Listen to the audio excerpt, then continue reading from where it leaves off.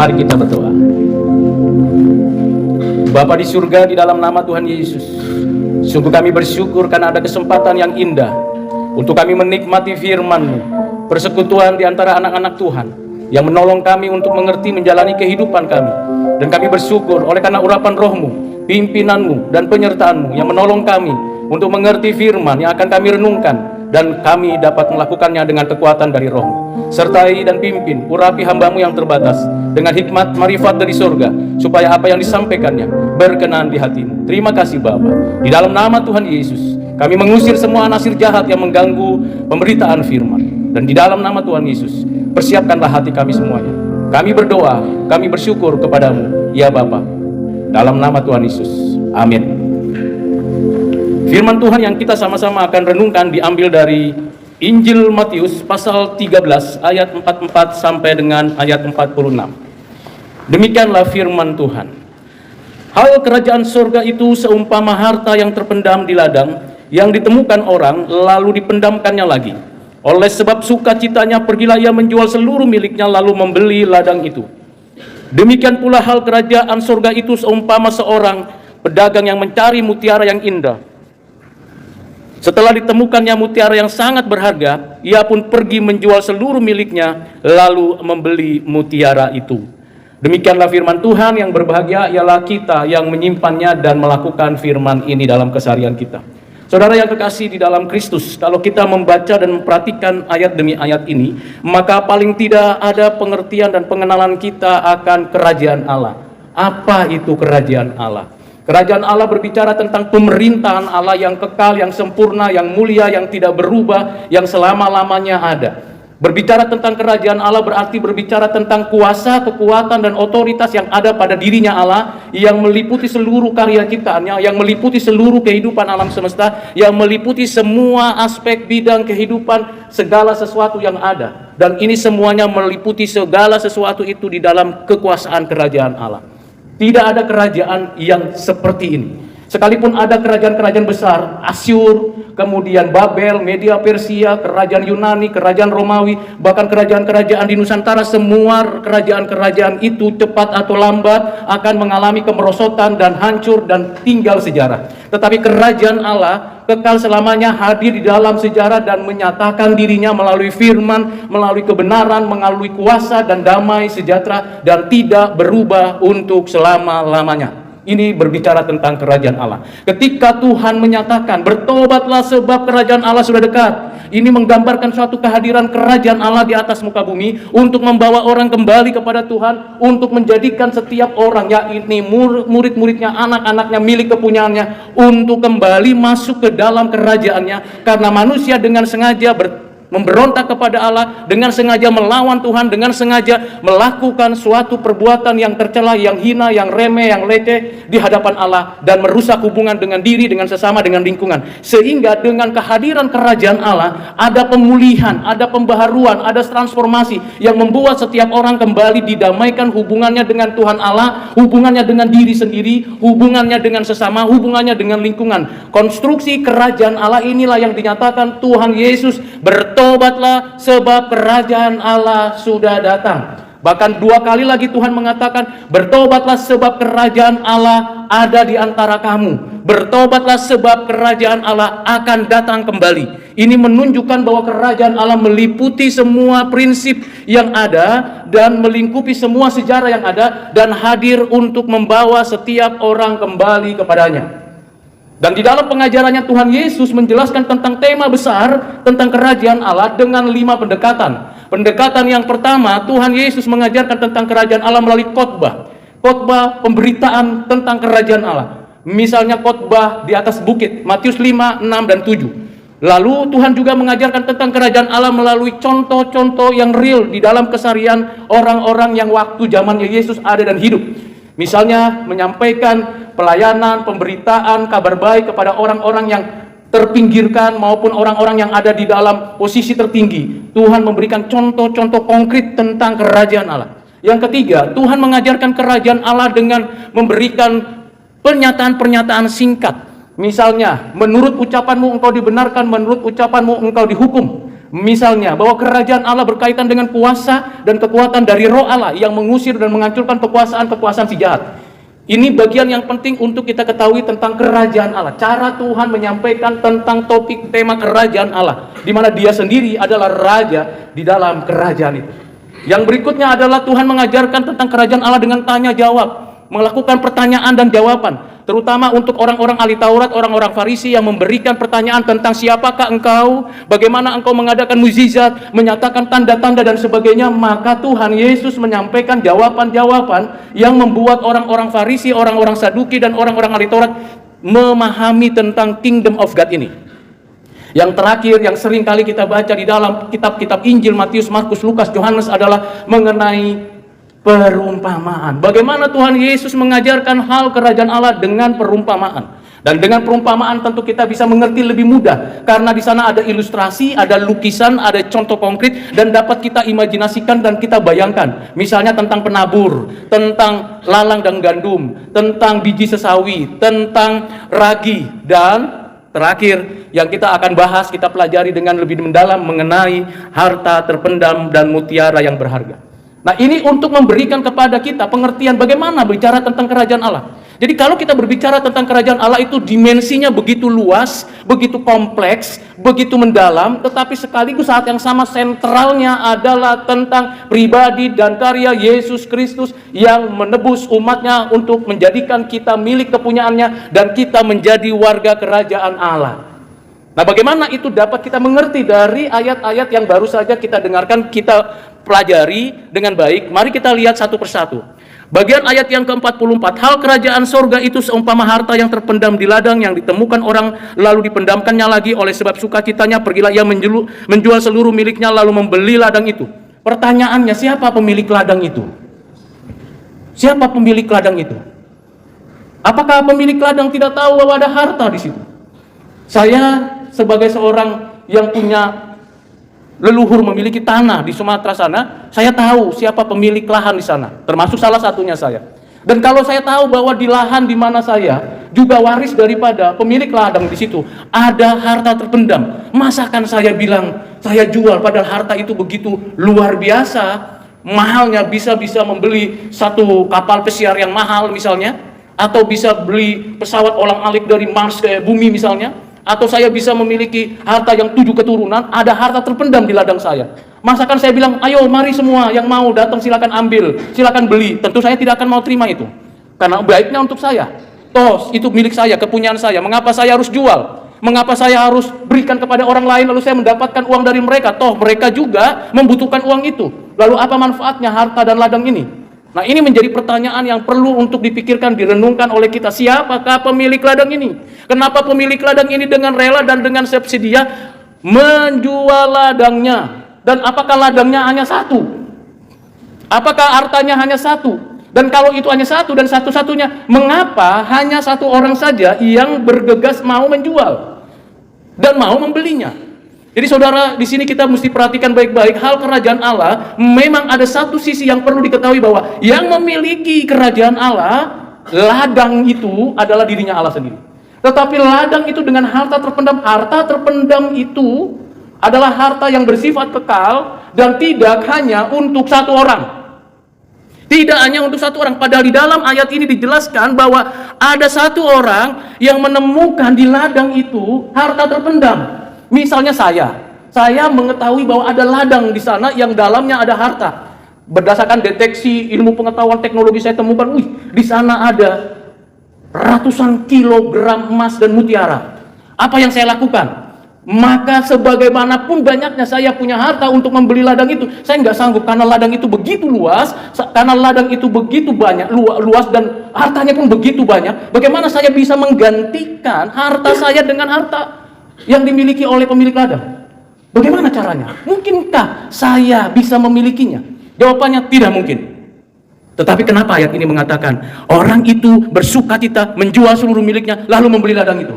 Dan pemilik ladang seolah-olah quote and quote di situ mendapatkan satu, wah hebat ya, si Rudi ini bisa membeli ladangku, berarti dia lebih kaya daripadaku. Padahal kekayaannya tidak sebanding dengan kekayaanku. Apakah saudara bisa lihat Apa yang agak sedikit perlu direnungkan, dipikirkan di sini? Pedagang menjual segala sesuatu untuk membeli mutiara. Kalau saya punya mutiara yang lebih mahal daripada siapapun pemiliknya, masa kan aku jual? Ya punya saya lah. Aku nikmatilah. Karena saya tahu ini harganya mahal. Dan sudah dihitung. Siapapun orang yang terkaya di dunia tidak akan pernah bisa membeli.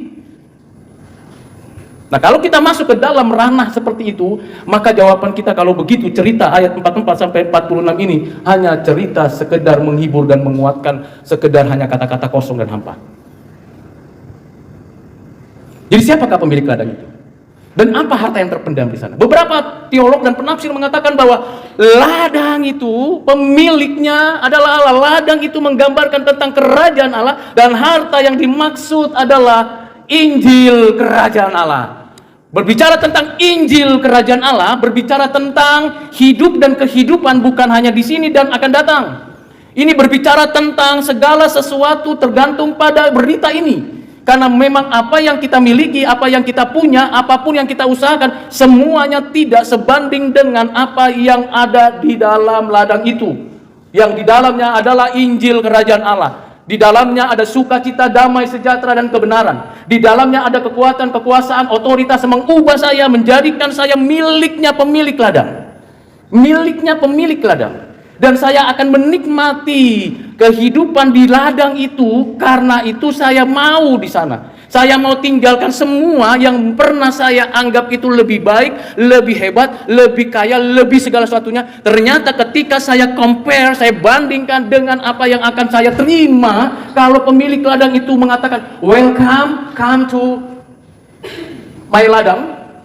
Silakan datang dan nikmati ladang itu, dan di sana Anda akan menikmati kekayaan yang terpendam itu. Bukan hanya terpendam, sekarang Anda akan gali dan bawa, dan Anda akan tercengang-cengang dan tidak akan tinggalkan ladang itu lagi, dan tidak akan mau kembali ke tempat yang semula di mana Anda telah mengumpulkan harta, kekayaan, posisi, dan segala sesuatu yang sebenarnya semuanya itu tidak akan pernah sebanding dengan yang saya sudah siapkan di ladang itu, dan Anda tidak akan pergi dari sana lagi. Sukacita itu bisa terjadi pada diri orang yang menyadari bahwa I am nothing, God is everything. Bagaimana bisa terjadi? Bagaimana bisa saya tertarik dengan ladang itu? Bagaimana saya bisa mengerti tentang ladang itu? Karena satu jalan yang paling penting, yang paling kita mengerti adalah pemilik ladang memberikan grace, anugerah, membuka pintunya dengan tangan terbuka, welcome, mari datang. Tetapi kalau kamu datang ke sana, kamu akan tahu, kamu akan sadar, kamu akan ngerti bahwa apapun yang kamu cari sebelumnya, apapun yang kamu kejar sebelumnya, apapun yang kamu raih sebelumnya, itu nothing. Itu akan habis, lenyap, dan akan berakhir di situ saja. Andai kata saya punya uang sekarang 7 triliun dan saya bisa mendapatkan itu dan begitu jerih lelah, sampai saya meninggal saja saya nikmati itu. Sampai saya meninggal saja. Andai kata saya usia saya 90 tahun, itu yang saya harapkan misalnya. Sampai umur 90 tahun saja saya menikmati 7 triliun yang mungkin saya dapatkan. Tetapi setelah itu selesai. Keturunan saya, cucu, cicit, buyut saya, dan apakah saya bisa menikmati 7 triliun itu? Apakah saya bersukacita di dalamnya? Tentu jawabannya bisa iya, bisa tidak. Tergantung persepsi seseorang untuk menggunakan dan memanfaatkan harta itu. Tetapi ketika kita masuk ke ladang Tuhan, masuk ke dalam tempat di mana di situ adalah harta terpendam, dan harta itu dibukakan, dan kemudian kita bisa melihat di sana ada damai, ada kebenaran, ada sukacita, membuat kita, oh iya, ini yang saya cari. Dan bukan berhenti di ladang itu, bukan berhenti sekarang, tapi terus berkelanjutan, karena isinya itu bukan berhenti pada usia saya yang ke-90 tahun selesai dipanggil Tuhan, tapi itu akan berkelanjutan sampai selama-lamanya. Ladang itu adalah langit bumi yang baru. Maukah saudara untuk mengikuti Yesus? Menikmati ladang itu, menikmati harta terpendam. Apa yang dilakukannya? Dilakukan orang itu. Perorangan. Ini berarti yang datang ke ladang itu dengan terbuka dan dengan grace dari pemilik ladang itu perorangan, enggak gerombolan, enggak kelompok, enggak satu bangsa, enggak satu kelompok zaman, tetapi perorangan, individu, personal encounter dengan pemilik ladang. Kalau pemilik ladangnya bilang begini, sorry ya, saya tidak mau terima kamu. sorry ya. Kenapa? Karena aku udah punya semua. Nggak bisa, saya nggak terima kamu. Apapun saya usahakan, pokoknya saya jual. Saya tidak terima kamu. Menakutkan. Pada suatu ketika, kalau misalnya saya membeli suatu barang lelang dan ada syarat-syarat tertentu, sudah dipenuhi semua syarat. Misalnya di depan sana sudah ada syarat, saya sudah checklist semuanya, oke. Semuanya secara administratif, teknis, semua biaya sudah dikeluarkan. Sampai di sana mengatakan, Rudi tidak diterima di sini, tidak boleh ikut lelang. Saudara bisa lihat, otoritasnya bukan pada saya. Sekalipun saya jual, cukup untuk membeli, mendapatkan dan menerima dan masuk ke sana, kalau pemilik ladangnya mengatakan no way. Karena itu saudara, kalau saudara dan saya bisa masuk ke sana dan saudara dan saya bisa menikmati di sana ladang itu dan bisa melihat kegemilangan harta yang terpendam itu, dan saudara dan saya menikmatinya dengan penuh sukacita untuk selama-lamanya, sekalipun saudara dan saya ada di dalam tengah dunia yang fana ini, saudara dan saya akan menikmati suatu kehidupan yang penuh pengharapan dan tidak berhenti hanya sampai di sini. Tetapi kalau saudara bukan orang yang diundang untuk menerima ladang dan harta terpendam, tidak akan bisa dipaksa. Ini pemberian, ini kepemilikannya Allah sendiri. Jadi perhatikan cara Tuhan memberikan ilustrasi itu tidak mudah untuk dimengerti. Salah satu paling sulit di dalam penafsiran daripada ayat-ayat Alkitab ada perumpamaan Tuhan Yesus. Karena kalau kita tidak memahami keutuhan daripada pengertian tentang Kingdom of God, kita akan berhenti pada tadi yang saya sudah jelaskan. Bagaimana mungkin saya bisa membeli harta terpendam, mutiara yang paling berharga? Saya nggak punya apa-apa kok. Saya masih mahasiswa, saya hanya dosen biasa, saya hanya hamba Tuhan. Saya bukan konglomerat. Kalaupun konglomerat, kalau dihitung-hitung budgetnya nggak cukup untuk beli itu. So, bagaimana saya bisa mendapatkannya? Kalaupun saya dapatkan, ada lagi syarat yang paling utama. Diterima nggak sama pemilik ladangnya? Hal yang paling penting, kata kuncinya apa? Welcome. Come to Jesus.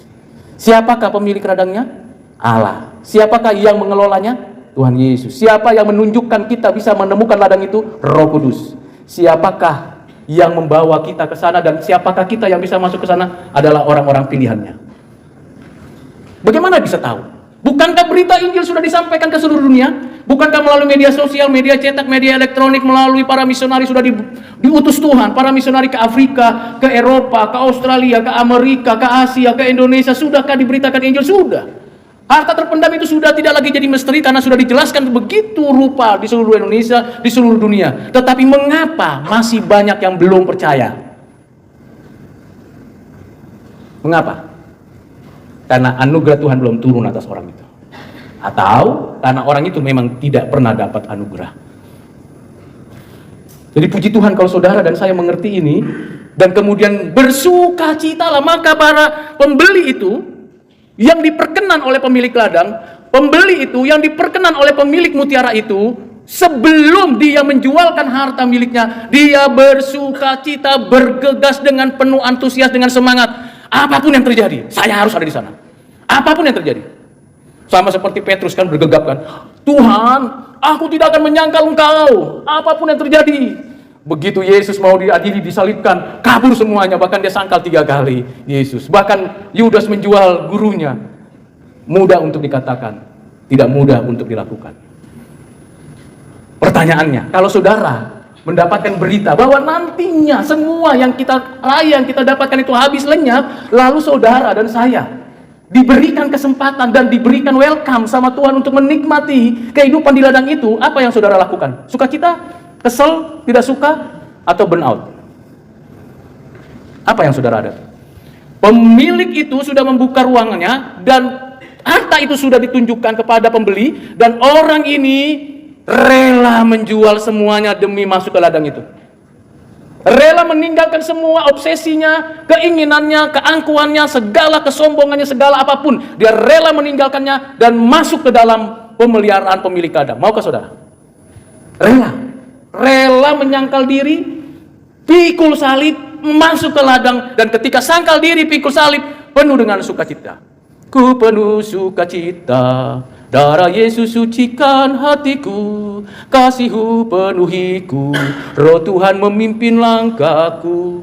Ku penuh sukacita, Roh Tuhan memimpin langkahku untuk menikmati harta terpendam. Dan ketika harta terpendam itu saya sudah terima, dan saya mengatakan, sukacitaku penuh, sukacitaku penuh, sukacitaku penuh. Kenapa? Karena harta ini bukan bicara tentang kekayaan, jabatan, posisi, kehidupan di dunia ini dengan segala keangkuhannya, tetapi harta ini berbicara tentang hidupku dan hidupku di sini dan akan datang. Dan di sana saya akan menikmati selama-lamanya. Apa yang saudara sekarang banggakan? Apa yang saudara sekarang terikat sehingga tidak mau jual segala sesuatu? Jangan seperti Yudas Iskariot, menjual harta terpendam untuk membeli harta dunia. Jangan seperti Petrus, menyangkal panggilan Tuhan. Aku tidak pernah kenal Yesus, lalu kemudian dia melarikan diri dari apa yang Tuhan katakan. Apa yang membuat menjadikan saudara tidak ikut Yesus? Tinggalkan sekarang pacarmu. Kalau pacarmu itu tidak membawa kamu kepada Kristus, pacarmu itu justru membuat kamu tidak hidup kudus, itulah yang membuat kamu terbelenggu di sana dan tidak mau masuk ke dalam ladang yang Tuhan berikan. Putuskan pacarmu itu, pekerjaanmu, orang tuamu, dan segala sesuatu yang mungkin kamu banggakan, yang kamu rasa itu hebat, sehingga kamu tidak mau meninggalkan itu, mau terikat di situ terus, entah rokok, minuman keras, pornografi, dan segala sesuatu yang merusak dirimu, kamu enjoy di sana. Ketahuilah bahwa itu akan merusak, menghancurkan, memporak-porandakanmu. Tetapi ladang itu sudah terbuka, tapi kamu tidak mau. Tuhan sudah memanggil, come to me, marilah kepadaku, marilah kepadaku, aku sudah memberikan ladang ini kepadamu. Saya sudah buka hati. Maukah saudara membuka hati untuk Tuhan Yesus? Maukah saudara menerima panggilan Tuhan untuk menikmati harta yang terpendam, Injil Yesus Kristus, dan mutiara yang tidak pernah ada yang menandingi harganya? Kalau mau saudara katakan, Tuhan, hari ini saya mau tinggalkan hal-hal yang buruk, hal-hal yang jahat, pornografi, porno aksi, hal-hal yang mencemarkan tubuh, hal-hal yang merugikan diri, hal-hal yang merusak hubunganku dengan papa, dengan mama, dengan teman, dengan saudara, dengan siapapun, hal-hal yang membuat saya itu terikat sehingga saya tidak bebas menikmati hidup di dalam kerajaan Allah. Sekarang katakan dalam hatimu, saya mau Tuhan, saya mau bertobat. Seperti yang Tuhan katakan, bertobatlah sebab kerajaan Allah sudah dekat. Bertobatlah, jangan tunda. Kalau hatimu betul-betul digerakkan oleh Tuhan untuk kembali kepada Tuhan, Tuhan welcome, dan Tuhan tidak pernah menutup dirinya. Tinggal lagi, maukah saudara meninggalkan dunia yang penuh dengan kejahatan dan menyangkal diri mulai sekarang dan menikmati hidup bersama Tuhan di dunia ini dan dunia akan datang? Jika saudara mau, katakan ke dalam hati saudara bahwa Tuhan, di sini aku mau, aku bersedia, aku mau sangkal diri, aku mau pikul salib, aku mau menikmati harta terpendam itu dengan penuh sukacita. Ku penuh sukacita karena darah Yesus mensucikan aku. Ku penuh sukacita karena Roh Tuhan memimpin aku. Ku penuh sukacita karena hidupku sekarang betul-betul di dalam damai, kebenaran, dan saya menikmatinya. Mari kita berdoa. Bapa di surga, terima kasih untuk firman yang Engkau ingatkan kepada kami, bahwa Engkau telah terbuka hati sebagai pemilik ladang. Engkau memberikan harta terpendam itu untuk kami nikmati. Sekalipun kami punya harta yang banyak hal yang sudah kami raih, tetapi kalau bukan Tuhan yang membuka hati kami untuk kami masuk ke ladang-Mu, kami masuk menikmati harta terpendam itu, tidaklah mungkin kami dapat menikmati itu dengan penuh sukacita.